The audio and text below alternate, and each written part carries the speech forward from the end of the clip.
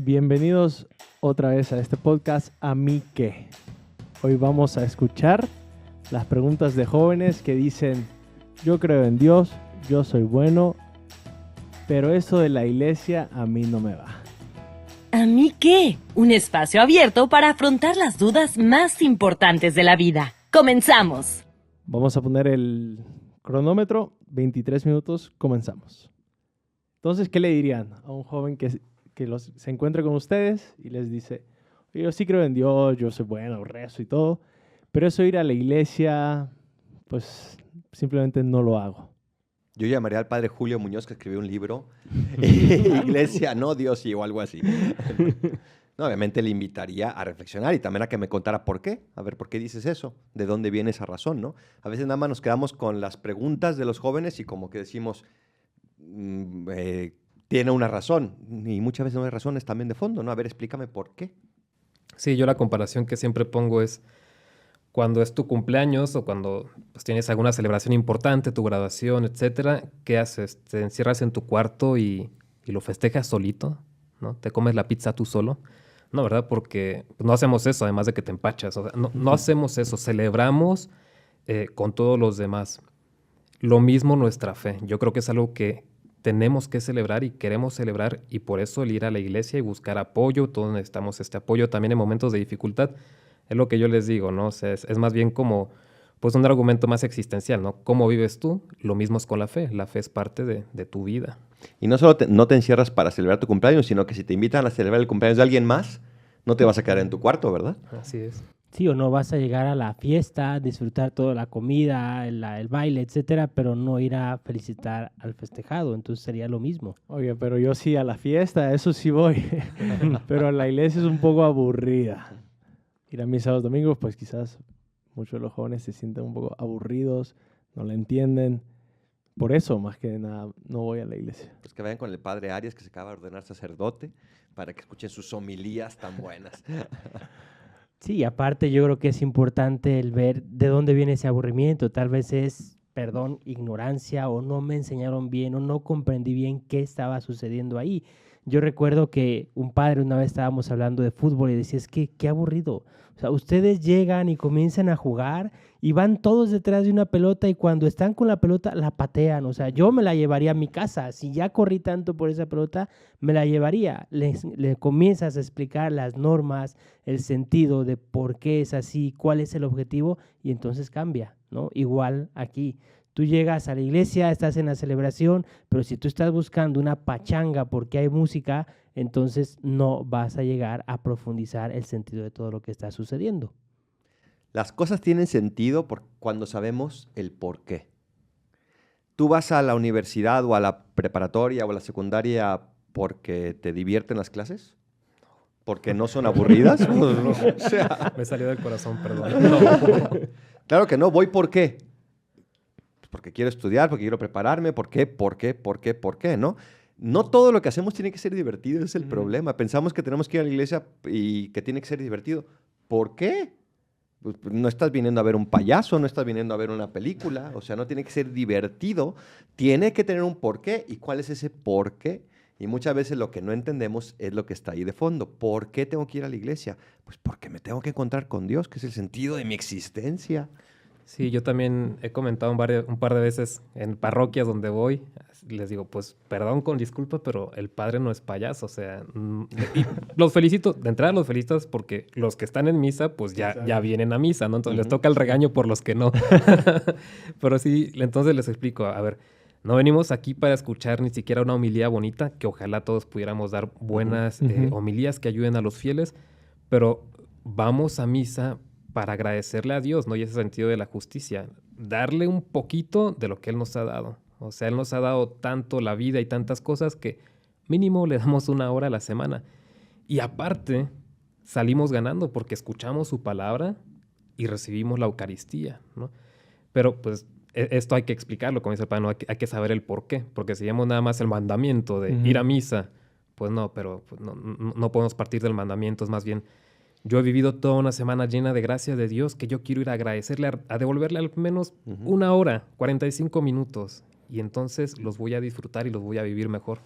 Hay un documental que se llama Te puede pasar a ti, que bueno, es una serie de documentales. Y le hacen uno a Paul Ponce, que es un malabarista.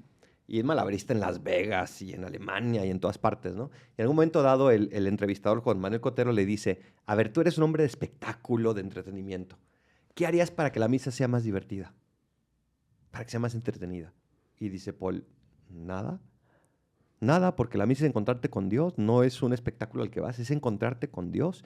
Claro, y después dice, yo estoy estudiando teología, ¿no? Un malabarista, ¿no? Ujú. Dice, mientras más profundizo, más me enamoro. Claro que sí, también tienes que conocer, tienes que echarle ganas. Pero ¿y por qué no puedo encontrarme con Dios yo solo en mi cuarto? O sea, ¿por qué tengo que ir a la iglesia?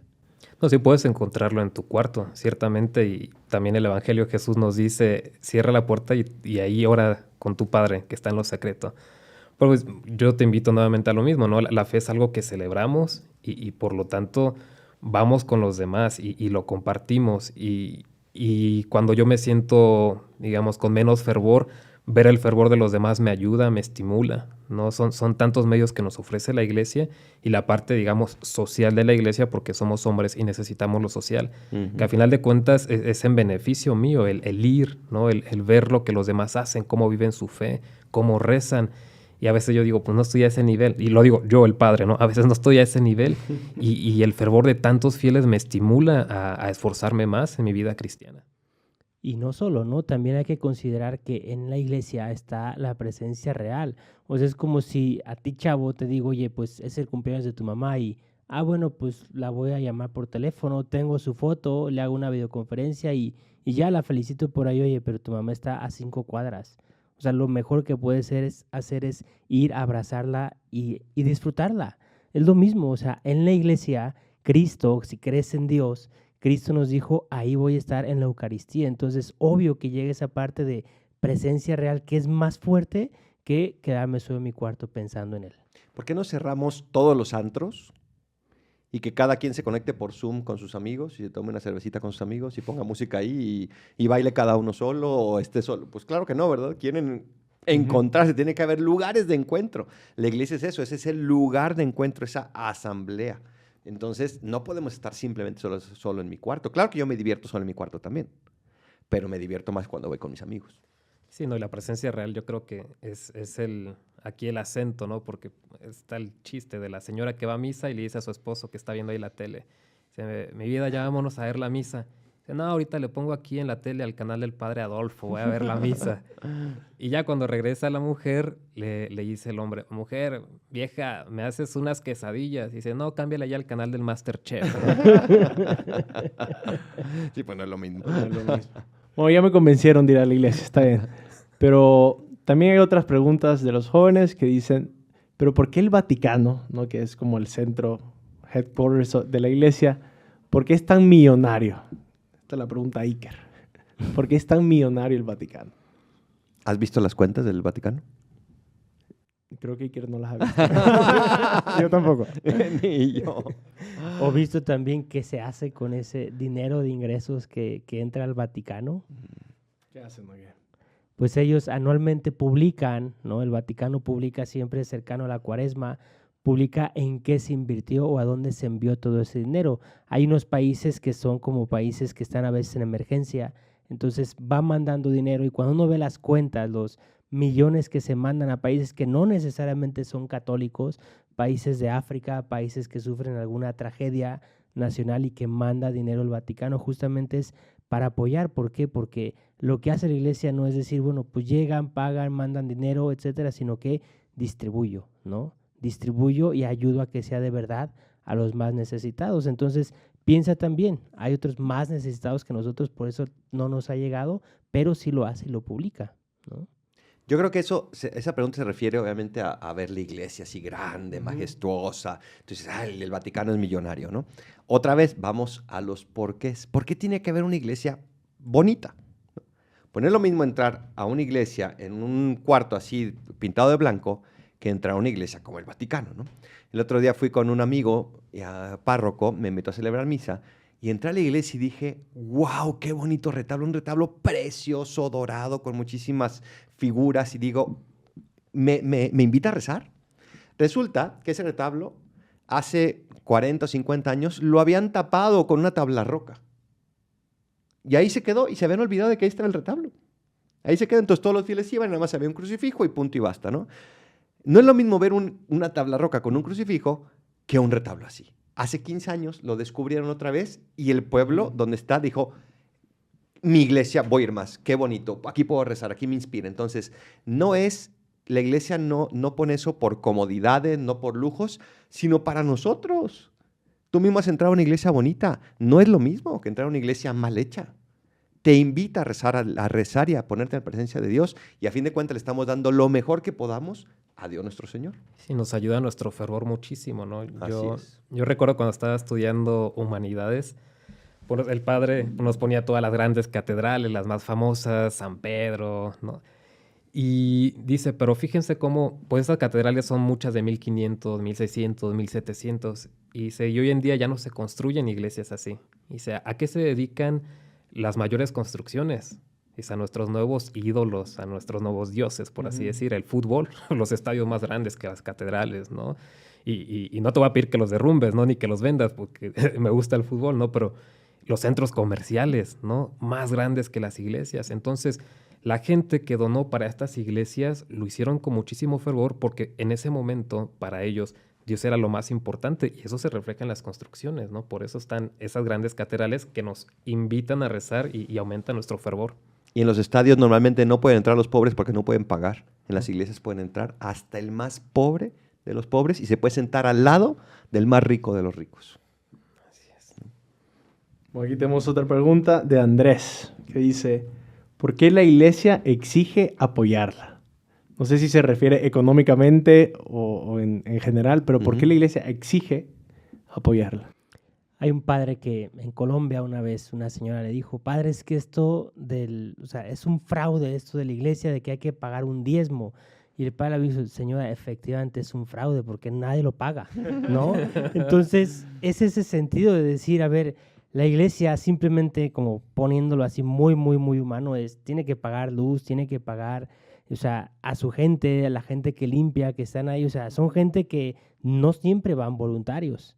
Tal vez hay parroquias donde sí, pero al final tiene que hacer todos esos gastos la iglesia en el día a día. Y repito, no es nada más como llegar y mantener la construcción de esta iglesia como edificio físico. Es también apoyar las diversas cosas pastorales, material que van a distribuir después a la gente. Cuando tú llegas, la hojita del domingo que tienes ahí muy cómodo, pues se pagó por esa hojita, por esa impresión. Entonces hay gastos que se van dando en el día a día. ¿Te gusta una iglesia limpia, una iglesia bien cuidada? Pues claro que hay que pagarlo, ¿no? El padre tiene que comer, tiene que ir al doctor, etcétera, etcétera. Tiene que ayudar a los pobres. Sí.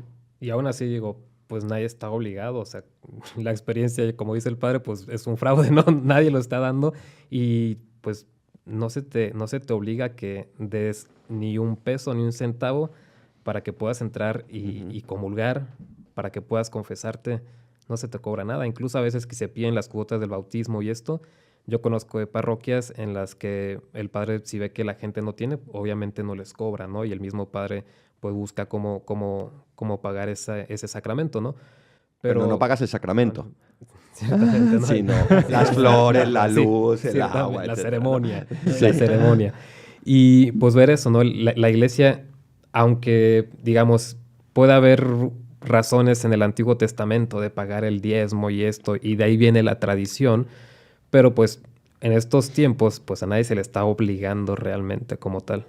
Le voy a poner el ejemplo de un amigo también padre, que lo invitaron a hacer un bautismo y tuvo que bajar como 1:30, ¿no? Llegó, hizo el bautismo, ay, es que padre, muchísimas gracias por venir, qué amable, no sé qué, y le dieron unos chocolates. Y el padre agradeció los chocolates, muchas gracias, nada más, y le preguntó sinceramente a la señora, ¿esto los puedo meter al tanque de la gasolina o cómo me regreso, no? Porque no tengo dinero para regresarme, ¿no? Pues todo eso conlleva dinero, ¿no? A fin de cuentas. Y como dice San Pablo, el trabajador merece su salario. Aquí estamos trabajando para ustedes. No cobramos, pero vivimos de su caridad. Vivimos de su generosidad. Y vaya que hay gente generosa también. Ah, sin duda, Sí. sin duda. Bueno, hablemos un poco del Papa. ¿Quién es el Papa? ¿Por qué la iglesia necesita un Papa? Hay tantas iglesias que no tienen una figura así y les va bien. ¿Por qué la iglesia tiene un Papa y cuál es el significado de ese hombre vestido de blanco ahí en Roma? Bueno, es importante primero el recordar en el Evangelio Hubo un momento en el cual Cristo quiso que hubiera un papa, ¿no? Cuando le dijo a Pedro, tú eres Pedro y sobre esta piedra edificaré mi iglesia. Entonces, es por una parte esa certeza, desde la fe obviamente, de que Cristo sigue asistiendo a su vicario, aun cuando ya no es Pedro, cuando actualmente es Francisco, como fue Juan Pablo II, Benedicto XVI, y han pasado tantos y tantos papas, más de 360, es ese sentido de decir, Cristo sigue asistiendo a su iglesia. Y obviamente pues es una cabeza que guía, pero una cabeza que guía al pueblo entero, sabiendo que todos vamos en conjunto con él. No es nada más que el Papa diga una cosa, sino que nosotros también la comprendamos, la profundicemos y podamos entonces llevar adelante nuestra propia fe, no dejándole toda la responsabilidad al Papa. Y yo creo que también es algo que nos ayuda a mantenernos unidos, ¿no? Todos tenemos el mismo Papa y todos pues, sabemos, este es nuestro Papa. Cuando en una familia se mueren los abuelitos, ¿qué suele pasar con esa familia? No con todas, pero ¿qué suele pasar? Comienzan a disgregarse, ¿no? Ya no se juntan tanto, ya no se frecuentan tanto, ya más bien se comienzan a juntar entre ellas nada más, o entre los papás, los hijos y ya si tienen nietos también. Se pierde su unidad, ¿no? Si no hay una cabeza, se pierde su unidad. Y por eso muchas de esas iglesias pues se han seguido dividiendo, porque pues, no hay esa cabeza que los una, a fin de cuentas, ¿no? Entonces el Papa es un garante de que vamos a estar unidos y en el mismo camino.